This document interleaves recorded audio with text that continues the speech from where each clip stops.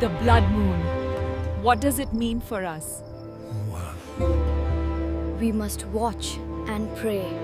बेशक ये चांद गिरहन अल्लाह की निशानी है। आइए हम मस्जिद चलें और नमाज अदा करें। जी चलते हैं। सूरज और चांद ग्रहण होना अल्लाह ताला की कुदरत की निशानियां हैं। ये इस बात को जाहिर करता है कि जो कादर मुतलक सूरज को रोशनी देता है और चांद को चांदनी देता है, वही अल्लाह ताला उनको मानत कर देने पर भी कादिर है। रसूल अल्लाह सल्लल्लाहु अलैहि वसल्लम के ज़माने में आप सल्लल्लाहु अलैहि वसल्लम के साहिबजादे हज़रत इब्राहीम रज़ी अल्लाह अन्हा के इंतकाल के बाद सूरज ग्रहण हो गया। उस ज़माने में लोगों का ख्याल था कि सूरज ग्रहण किसी बड़े आदमी की वफ़ात या पैदाइश की वजह से होता है, लेकिन आप सल्लल्लाहु अलैहि वसल्लम ने इस अक़ीदे की नफ़ी फरमाई।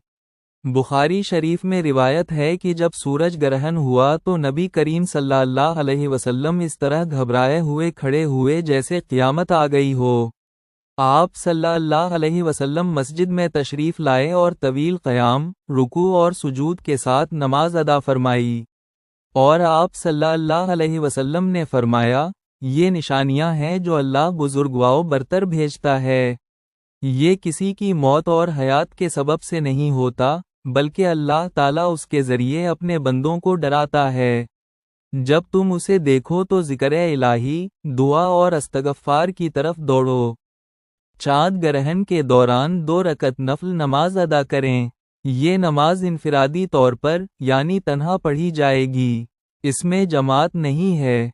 नमाज के बाद दुआ करें और सदका दें। ग्रहण ख़त्म होने तक अल्लाह ताला से डरें, दुआ करें और अपने गुनाहों की माफ़ी मांगें। ग्रहण के बारे में जाहिलाना अक़ाइद, जैसे हामिला औरत के लिए मखसूस पाबंदियाँ या किसी की मौत से जोड़ना, उन सब की नफ़ी करें। ये महज अल्लाह ताला की निशानी है। सूरज और चंड अल्लाह की निशानियों में से हैं। ये वक्त अल्लाह से मग़फ़िरत और दुआ मांगने का है। ये वक्त अल्लाह से मग़फ़िरत और दुआ मांगने का है।